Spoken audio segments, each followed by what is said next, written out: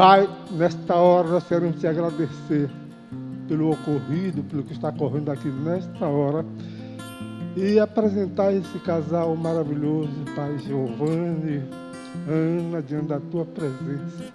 Tua palavra diz que os anjos do Senhor foram feitos para servirem a favor dos que hão de herdar a vida eterna.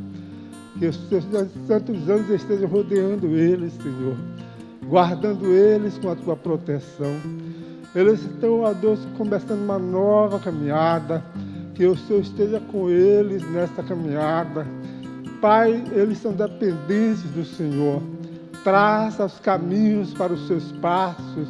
Protege-os, guarda-os em teu santo nome.